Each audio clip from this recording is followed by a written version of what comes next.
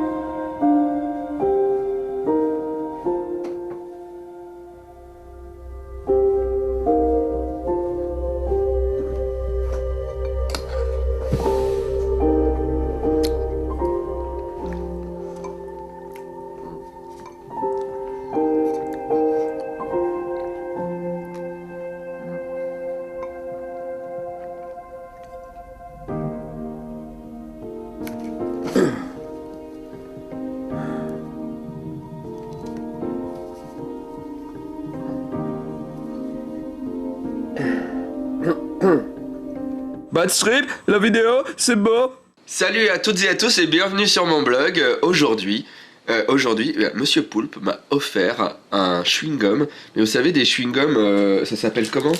Ça s'appelle les chewing-gums qui arrachent en fait, voilà. C'est un truc, c'est goût pomme, mais en gros, il semblerait qu'à partir du moment où on l'a dans la bouche, on fait des trucs genre...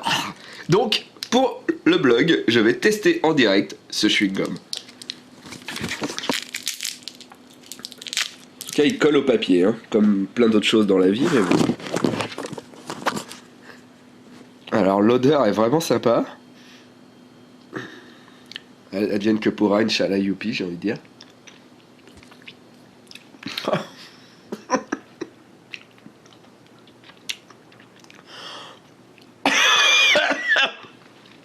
Effectivement, c'est acide.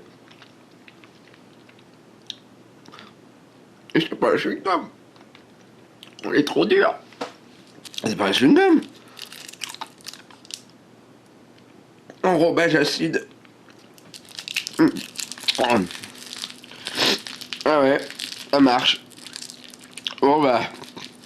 Ah non, c'est pas un chewing-gum. C'est pour ça que je me suis niqué les dents. D'accord. Bon bah je vous invite à ne pas mâcher trop longtemps les bonbons qui ne sont pas des chewing-gums. A bientôt. Pourtant que la montagne est belle.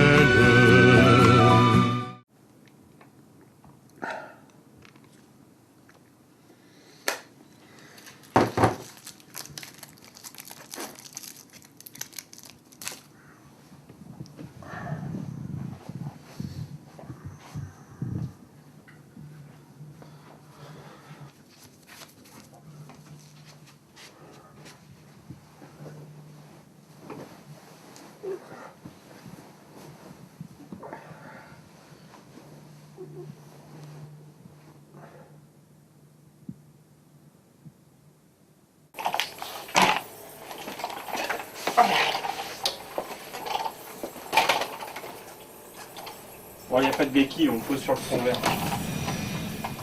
J'arrive, hein. Bouge pas, toi. Ouais, c'est bon, c'est bon, c'est bon. T'as un micro?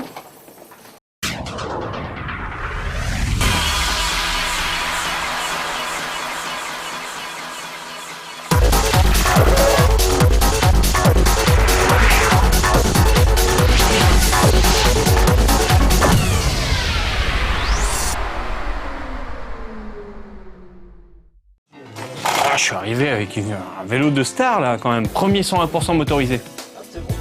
Je débarque, je suis en retard.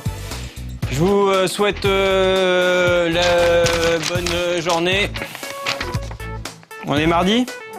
On est mardi, présentateur Pili, c'est moi, ouais d'accord, ok.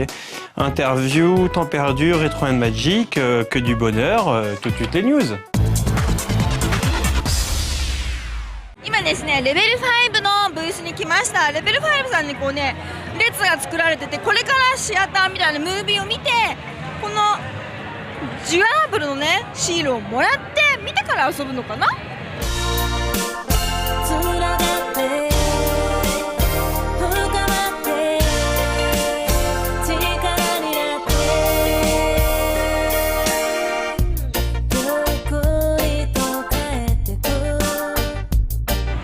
ゲームショー混んでて立ってこういう見なきゃいけないところが多いから、こうやってね座ってゆっくりくつろいで見れるのは嬉しいね。レベル5ブースにお越しくださいまして誠にありがとうございます。よっ、プレミアムダイヤモンドのどちらかが必ず入ったこちらのレベル5福袋を皆様にプレゼントいたします。さらに3つの体験版をクリアした後には秘密のゲームが選ばれるプレミアムプラチナ、そしてレベル5の新作タイトルの映像が満載の映像ディスク両方欲しいね。プレミアムダイヤモンド、どちらが入っているかはレベル5福袋を開けてみてのお楽しみです。ご期待ください。両方もちろん同じだったらどうしよう。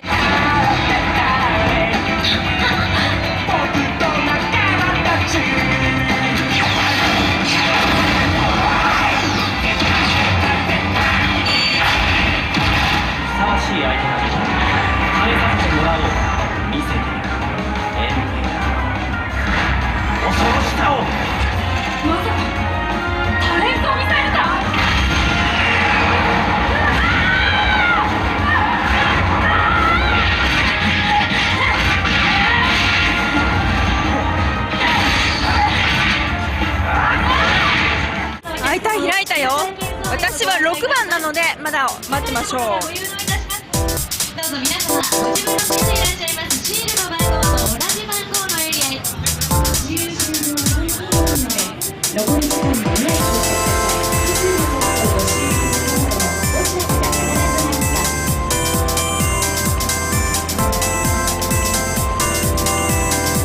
私有が終わるとこのさっきいただいたシールを持ってお姉さんに渡します。そしてレベル5の福袋ですのでお持ちください。ありがとうございます。さあ何が入ってるかな、楽しみ。ワクワクしながら私はもう早速開けますよ。おばさんですかね。これですよ、ザザン、体験版。今さっき遊んだね3作の体験版が入ってました。 Voyons voir maintenant ce qu'il y a sur cette cartouche tant prisée. Un des projets phares de Level 5, enfin jouable au TGS, était Ni no Kuni The Another World. Réalisé en collaboration avec le studio Ghibli, ce RPG profite d'une réalisation plus que soignée.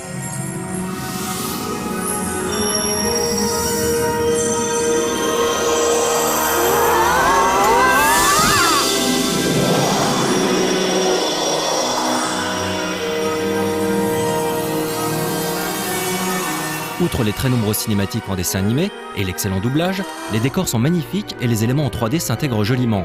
La bande originale n'a pas été laissée en reste puisqu'elle est signée Hisaishi Joe. Le scénario, qui semble relativement classique d'après la démo, relate les aventures d'Oliver, un jeune garçon de 13 ans.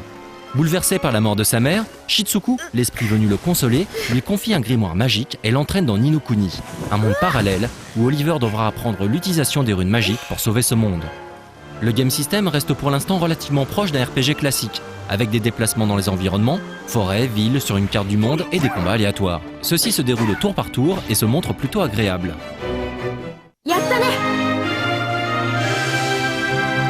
Outre la quête principale, il existe également de nombreuses sous-quêtes, accessibles auprès des habitants et des autres personnages. On espère désormais que le jeu bénéficiera d'une version occidentale. Oliver, こっちやこっち。しずく待ってよ。ぴょんぴょんぴょん。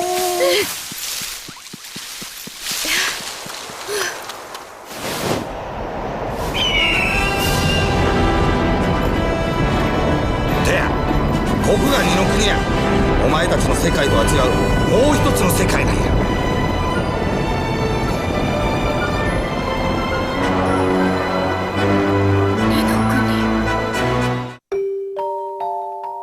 Alors Alors que nous venons tout juste d'accueillir le 2e épisode des aventures du professeur Layton, le Japon se prépare déjà pour le 4e volet de la série.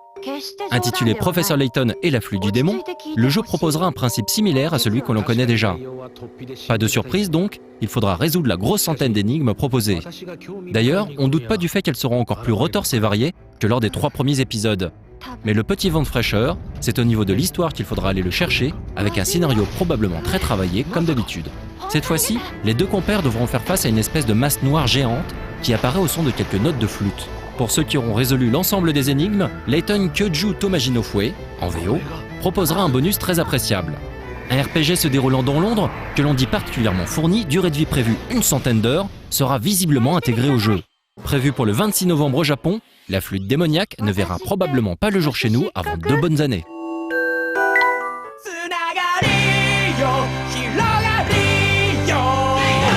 En combinant RPG et football, Level 5 avait réussi avec Inatsuma 11 à séduire le public japonais. Pour le 2e épisode de la série, il fallait taper plus haut, plus fort.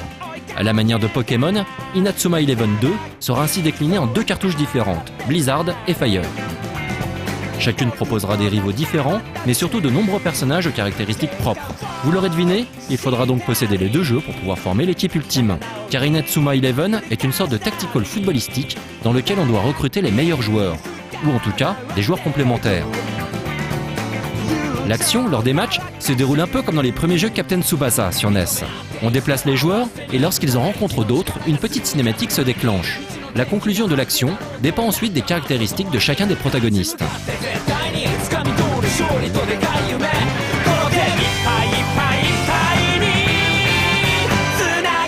Comme pour tous les jeux Level 5, les séquences d'animation sont une nouvelle fois très soignées. On attend maintenant que le premier épisode sorte en Occident.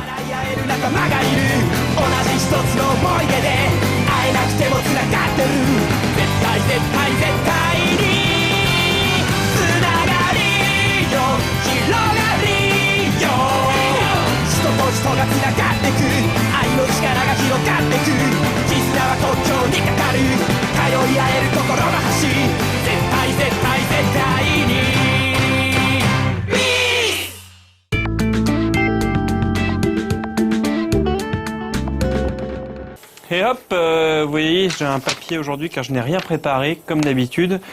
Aujourd'hui, je vous préviens, ça va être freestyle. Nous sortons du TGS, les news, c'est un truc incroyable. À 1 semaine et demie près, nous avons les news du TGS. Il paraît que la fréquentation est en baisse. Eh ben, ça doit sans doute vouloir dire quelque chose. Interview Uncharted 2. On n'a pas fait ça déjà la semaine dernière? Non? Bah alors l'interview d'Uncharted 2, alors maintenant tout de suite. Hein.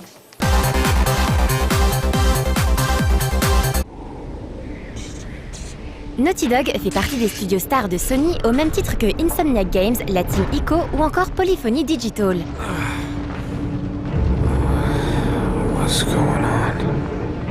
Connu pour avoir créé la licence Crash Bandicoot qui a fait les belles heures de la PlayStation, puis celle non moins fameuse de Jak and Daxter sur PlayStation 2, le studio californien a lancé sur PS3 la saga Uncharted. Inspiré par Indiana Jones et la personnalité des anti-héros chers aux années 80 tels que John McClane, Uncharted premier du nom, sous-titré Drake's Fortune, mettait en scène l'aventurier chasseur de trésors Nathan Drake en quête de l'Eldorado.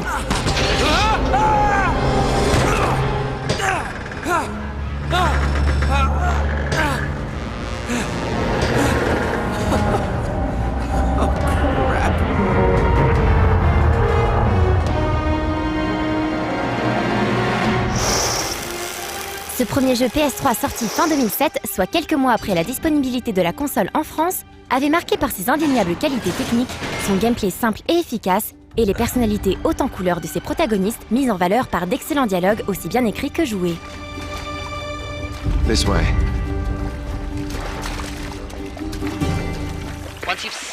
Mais malheureusement, le jeu souffrait également d'une certaine redondance, que ce soit dans son gameplay, phagocyté par des phases d'action un chouïa répétitives, ou son cadre de jeu, une île paradisiaque infestée de pirates. Bien conscient de ce problème, l'équipe de développement a considérablement enrichi Uncharted 2, mais alors considérablement enrichi. Que ce soit dans ses décors, désormais nettement plus variés, jungle de Bornéo, musée en Turquie, montagnes et cités tibétaines, les situations de jeu proposées ou les gameplays développés. Ce qu'on a voulu sur Uncharted 2, en fait, on a voulu un petit peu pousser au niveau du gameplay, faire des choses nouvelles, bien sûr. On a voulu rajouter plusieurs facettes à Nate, en fait, où il peut s'accrocher au mur et tirer en même temps.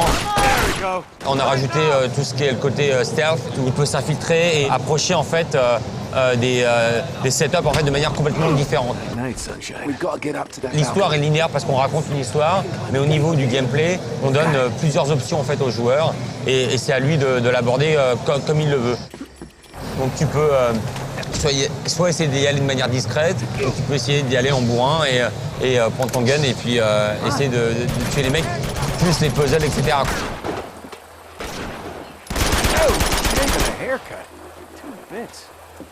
On a peut-être eu une dizaine de focus tests pour le jeu pour vraiment que le rythme pour nous c'est ce qui est vraiment important.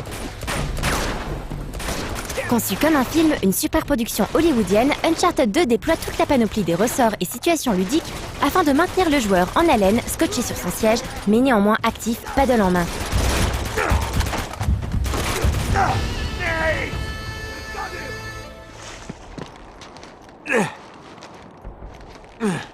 Oh God, be careful. L'immersion a été travaillée comme rarement elle l'avait été jusque-là. Si vous avez eu l'occasion de faire un tour du côté du dernier festival du jeu vidéo à Paris, où cette interview a été réalisée, vous avez pu essayer le jeu, ou encore mettre la main sur la démo multijoueur, logiquement disponible sur le PlayStation Store au moment où vous verrez ce sujet. Bref, vous avez pu juger par vous-même de l'attention portée à des détails tels que les réactions physiques de Drake aux stimuli provoqués par son environnement, comme par exemple une explosion qui pliera le personnage dans la direction opposée à son souffle, ou une échelle poussée trop brutalement qui l'esquivera d'un bond en râlant. Tous ces détails mis ensemble créent une cohérence surprenante, une espèce de patine réaliste facilitant l'immersion du joueur pour le placer au cœur de l'action. C'est alors qu'on oublie le paddle tenu en main pour se projeter totalement dans son écran télé, qui avec un peu de chance sera HD. Je pense qu'on essaie vraiment que les choses soient cohésives en fait, et on essaye qu'au niveau de toutes les réactions de Drake, même si tu regardes sur son visage, il va faire des réactions. Si jamais quelqu'un qui va tirer, il y a une boulette qui va passer à côté de lui, il va cligner des yeux. Plein de choses comme ça. On fait des choses dans Uncharted 2 aussi où quand tu as une séquence cinématique qui va démarrer pour que ça soit vraiment comme ça la transition très facile, on va commencer le son de la cinématique avant que la cinématique commence et on va le laisser continuer après pendant le gameplay pour que vraiment tout ça soit vraiment, on ne sente pas une coupure et tous ces détails là en fait pour nous c'est très important pour raconter l'histoire. Parce qu'on essaie de raconter l'histoire au travers des 90 minutes de cinématique, mais aussi pendant le jeu.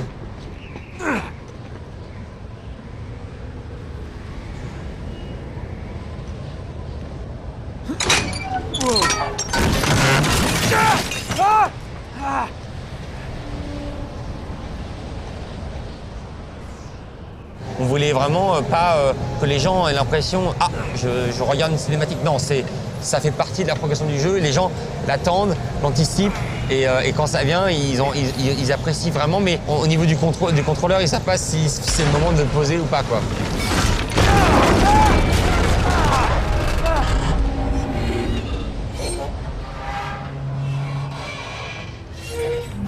Je jouais chez moi à la maison, parce que j'ai le jeu avant tout le monde. Et à un moment, on a des cinématiques pendant le jeu aussi. Et mon fils me dit c'est une cinématique ou il savait même pas quoi. Et il n'a pas réussi à faire la différence. Et pour moi, c'était gagné quoi. C'est ça qui est important. On raconte une histoire, on est dans un univers, on veut que les gens soient plongés dedans. Il y a le gameplay qui est là. Bien sûr, on a énormément de gameplay. On essaie d'être vraiment varié. Mais on a vraiment, au niveau de l'histoire, c'est un boulot phénoménal qui a été fait au niveau des dialogues. Je suis très fier de ce qu'on a fait à Naughty Dog pour ça. Et je pense que les gens vont vraiment apprécier.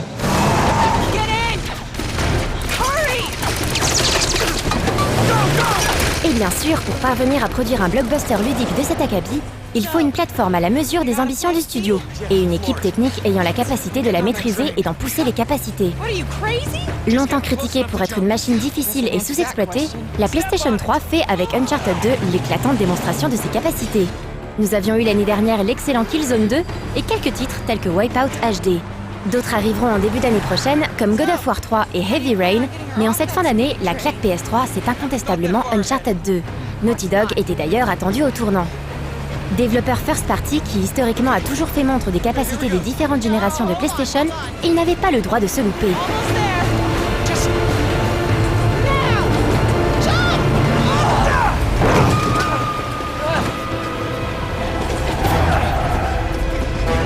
Nous, en fait, historiquement parlant, Naughty Dog, on a toujours été là pour montrer un peu ce que le hardware de la PlayStation pouvait faire.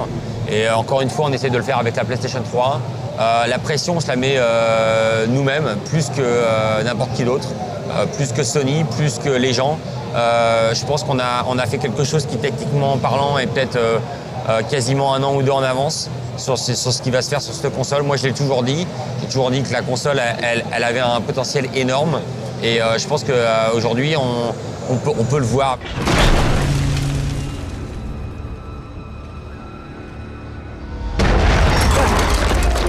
On peut déjà vous annoncer que la critique de Uncharted 2 sera diffusée dans le 100% du lundi 12 octobre, soit 2 jours avant la sortie officielle du jeu. Mais pour avoir longuement joué au titre Naughty Dog, on ne peut que comprendre l'enthousiasme de son coprésident, visible au moment de cette interview.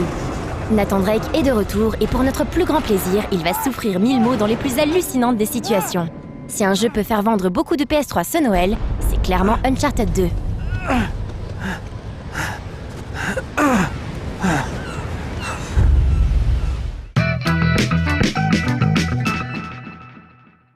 Figurez-vous que j'avais ce papier-là parce que ça me permettait d'occuper mes mains. Maintenant, c'est fini, je lâche. On va voir tout de suite Temps perdu. Et Temps perdu, figurez-vous, j'ai vraiment très envie de faire pipi. Donc, on va se dépêcher pour perdre du temps afin que je puisse aller uriner. Je vous remercie et je vous retrouve dans 2 secondes. Bonjour, vous souhaitez revoir tous les temps perdus depuis l'origine de la création du début de la première? Eh bien, c'est possible. Mais alors, que faire durant vos heures supplémentaires? Bienvenue dans... ah bah oui, bienvenue au temps perdu. Bon, ok, j'admets que parler de No Life Online depuis la rentrée, ça n'est pas très fair-play.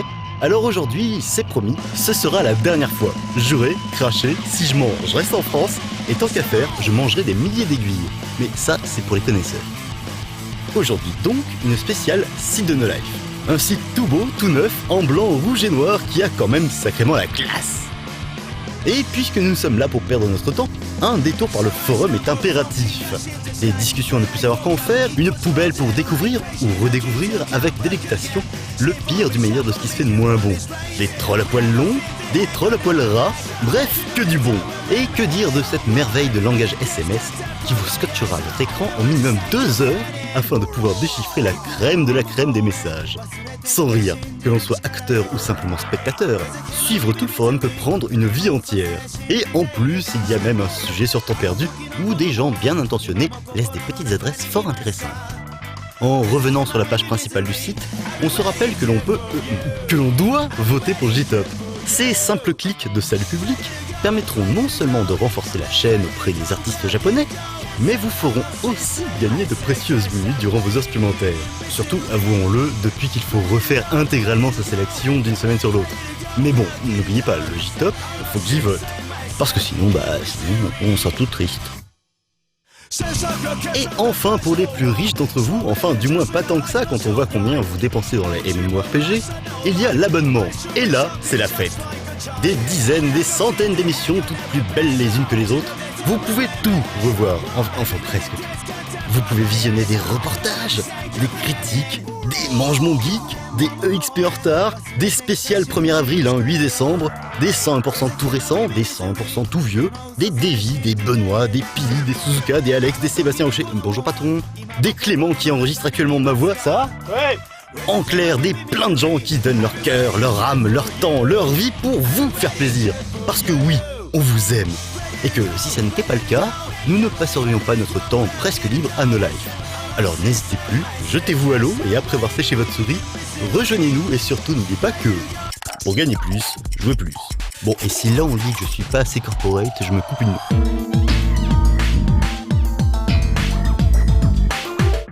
Eh bah dis donc, c'est pas moins des choses. J'ai l'impression de faire des vies, alors je sais pas, je pisse dans le lavabo ou je pisse dans les chiottes. Bon bah ça je vais le garder pour moi finalement. Ah c'est du pur dévi ça. Après les interviews là, on a quoi? Je ne sais pas, je m'en fous en même temps. Ah ça c'est... Ah non, c'est faire semblant de se laver les mains. Je fais semblant de me laver les mains, voilà. Hop, hop, hop. Voilà, génial, j'en ai mis partout. C'est cool. Hop. J'arrive dans le plateau. Et là, tout de suite, on fait... Salut les mecs, ça va? Moi, ça va vachement mieux. On fait... non, t'es pas Retro and Magic. Retro and Magic. Retro and Magic.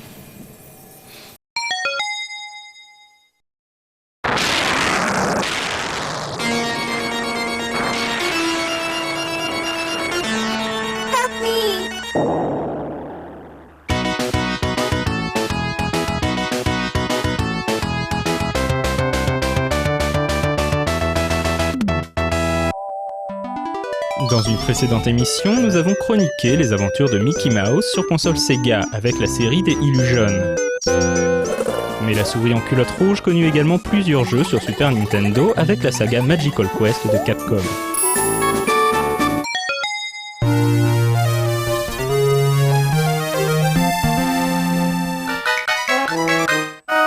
Comme dans la série des Illusion, Magical Quest prend place dans un univers de fantasy coloré que Mickey va devoir libérer de la tyrannie du maléfique empereur patibulaire. Pour quelque obscure raison, Pat a enlevé Pluto, le chien de Mickey. Mickey doit donc voyager dans le monde magique pour sauver son chien-chien adoré. Si on a affaire à un jeu de plateforme très classique au premier abord, le titre de Capcom se distingue par un système de costumes à trouver tout au long du jeu. Chaque costume donne à Mickey des capacités différentes, et le joueur devra alterner entre les différents costumes selon les situations pour espérer franchir les niveaux, un peu comme dans une autre série de Capcom, à savoir Mega Man. D'ailleurs, en costume de magicien, Mickey peut charger son rayon d'énergie exactement comme le petit robot bleu. Bien que court, The Magical Quest était un jeu assez difficile. La maniabilité de Mickey était assez rigide et les niveaux regorgés d'ennemis et de pièges. Cela a été encore renforcé par le fait que le jeu n'incluait ni système de sauvegarde, ni mot de passe pour reprendre sa progression. De la bonne vieille plateforme à l'ancienne en socle. Le jeu fut réédité en 2002 sur Game Boy Advance et rajoutait un deuxième personnage jouable, Minnie, ainsi qu'un mode battle à 2 joueurs.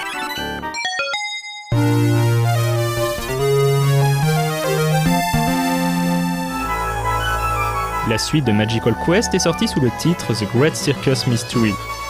Mais son gameplay, en tout point identique à son prédécesseur, ne laisse que peu de mystère quant à la filiation du jeu.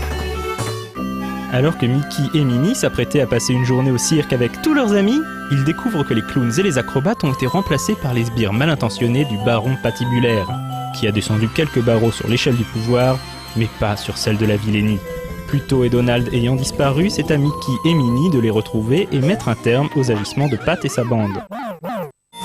On retrouve dans The Great Circus Mystery le principe des costumes, avec cette fois-ci un costume d'aspirateur qui transforme les ennemis en pièces d'or, oui c'est un peu Luigi's Mansion avant l'heure, ou encore un costume d'alpiniste qui permet d'escalader des plateformes.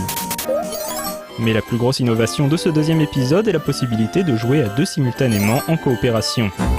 Le jeu connaîtra lui aussi une réédition sur GBA renommée pour l'occasion Magical Quest 2, histoire de clarifier les choses.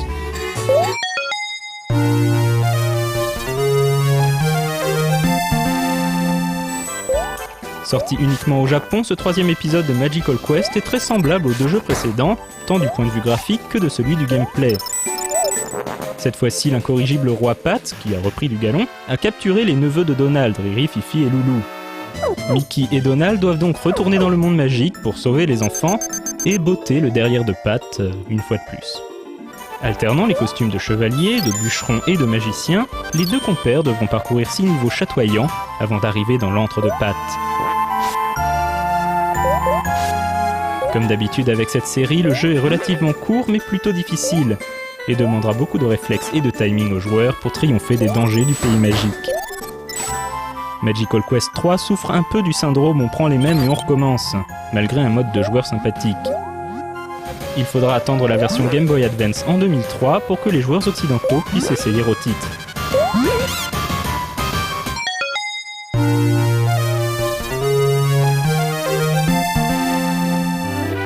Ainsi s'achève la 2e partie de notre triptyque consacrée aux aventures de Mickey Mouse.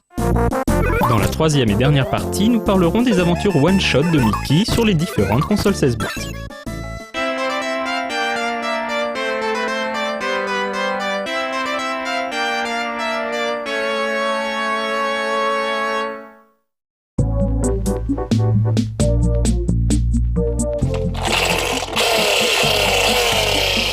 On a le propriétaire du vélo qui va arriver, il s'appelle Olivier Rock, c'est celui qui fait les habillages, c'est chouette, c'est mon univers, c'est mon monde. Retro and Magic, c'était sur partie 2 quoi, de Mickey Mouse, et ça je comprends pas vraiment parce que franchement c'était pas le plus intéressant. C'était le premier 101%, on l'a tourné en 2 minutes 30, j'ai pas de montre, c'est normal parce que c'est de la télé, on s'en fout, on fait semblant. Je vous remercie de nous suivre, à jeudi, bisous.